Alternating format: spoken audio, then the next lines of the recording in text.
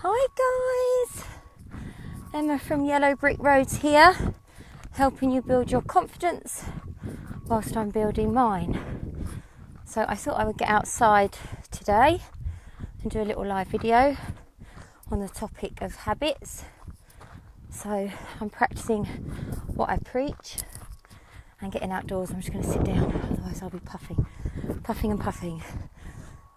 So when it comes to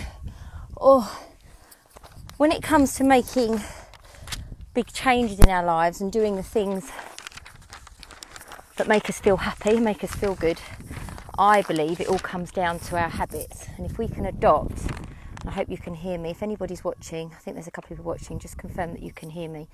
I think if we can adopt the right habits that give a positive outcome, you're on to a winner and life becomes so much better.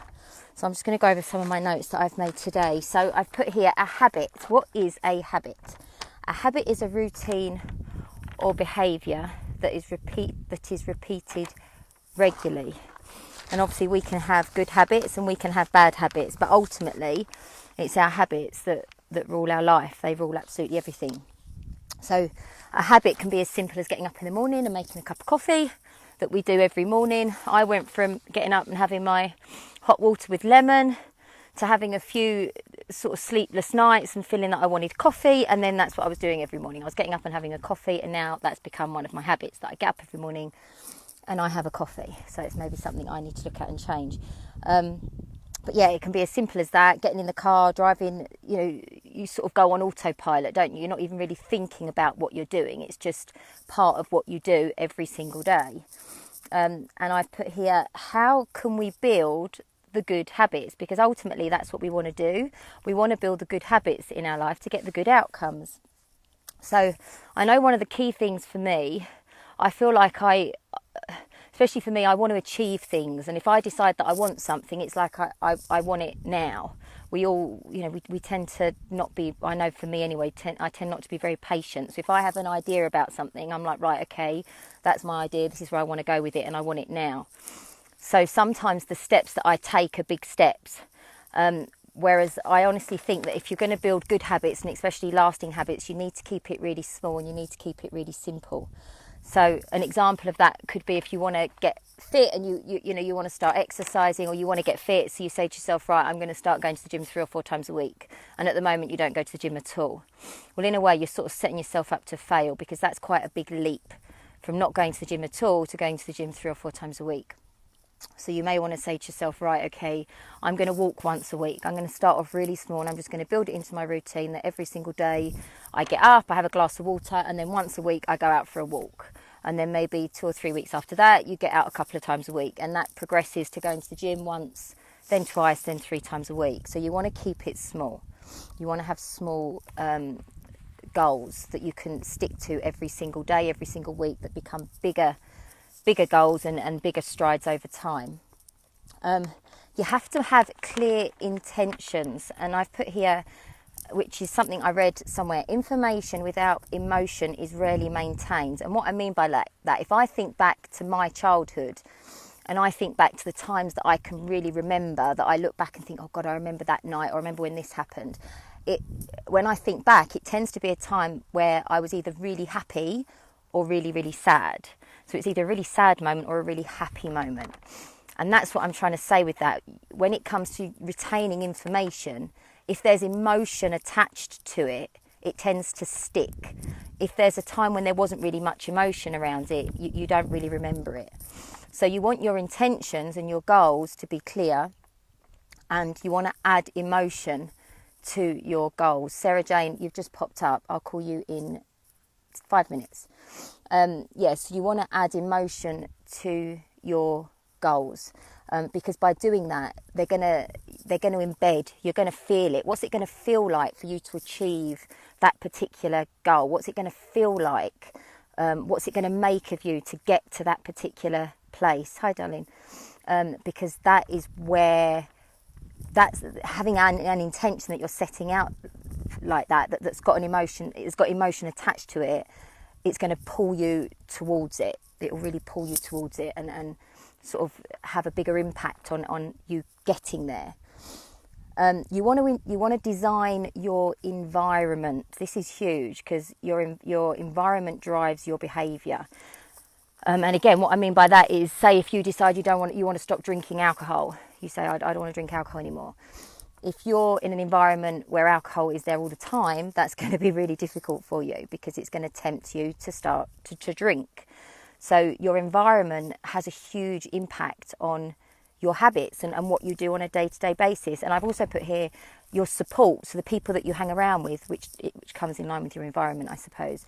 But surround yourself with support. So the people around us has a surprisingly big impact on our behaviour. They actually say you are one of 5 people that you hang around with the most, that you're with the majority of the time.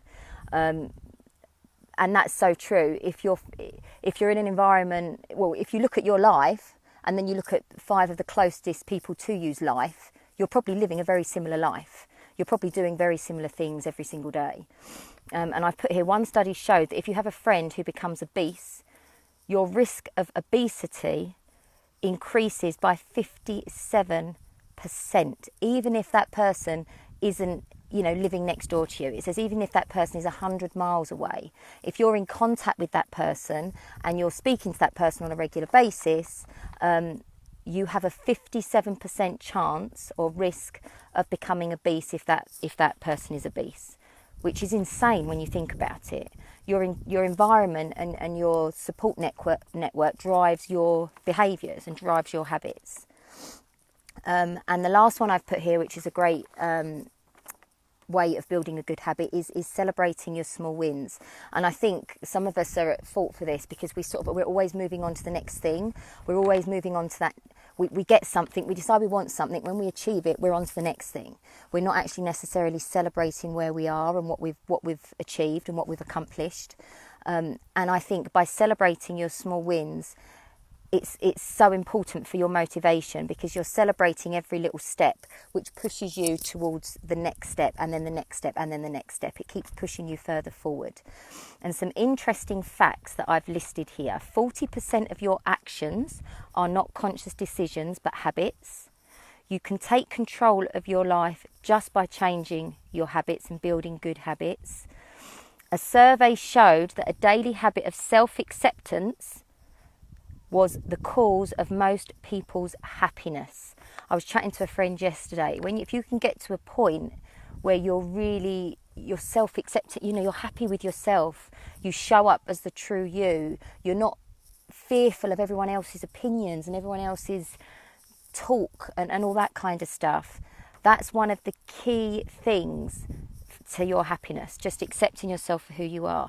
I think I've said this before, it does make a difference. I think when it comes to your age, as we get older, we become a bit less fearful of other people's opinions and other people's faults. We tend to give less of a shit, basically. But I do think that even from a young age, we're all different, we're all individual, and we're all unique and we're all amazing in our own way. And you need to show up like that, and you need to be self-accepting of who you are. The world becomes such a more happier place if you can do that. And then I put here, cravings are the brain's motivator, and for something to become a habit, our brain must crave it. Now, the conclusion to all of this, which I've spoke about before, is it all comes down to how we think, because it's the thoughts that create your feelings. It's your thinking that creates your feelings and your actions that leads to either a positive or a negative outcome. So I'm going to say that again. So it's your thoughts, the way that you think, your mindset, it's your thoughts that create how you feel and how you act, because a certain feeling makes you act in a certain way. So it's your thoughts that create your feelings and actions, and that leads to either a positive or a negative outcome. And when those outcomes keep happening time and time again, or the thinking goes off and then the outcomes, it creates a feeling and then you get that outcome time and time again, you're then building your habits. So they're either going to be positive or negative habits. So if you change your mindset, you can basically change your whole life. But thank you for watching, guys. If you watch this back on replay, please #replay. And if you found this video valuable, please like and share it into, you know, with your Facebook friends or into Facebook groups. I've put my Instagram link on here because I'm building an Instagram page that I'm hoping to inspire and motivate as many of you as I possibly can.